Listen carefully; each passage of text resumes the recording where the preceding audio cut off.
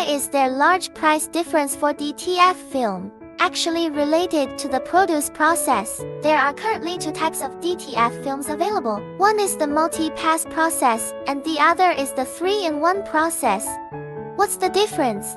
Firstly, the 3-in-1 coating cannot undergo a trial wiping experiment. Poor color fastness, and multiple coatings are friction resistant, so the color fastness is very good. Secondly, the stability of the 3-in-1 coating is poor.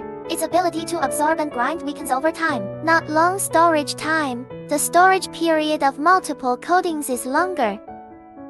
The pros of the 3-in-1 coating. Its price is low.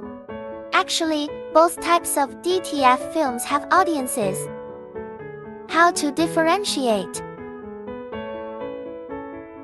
Can be wiped on the coating surface.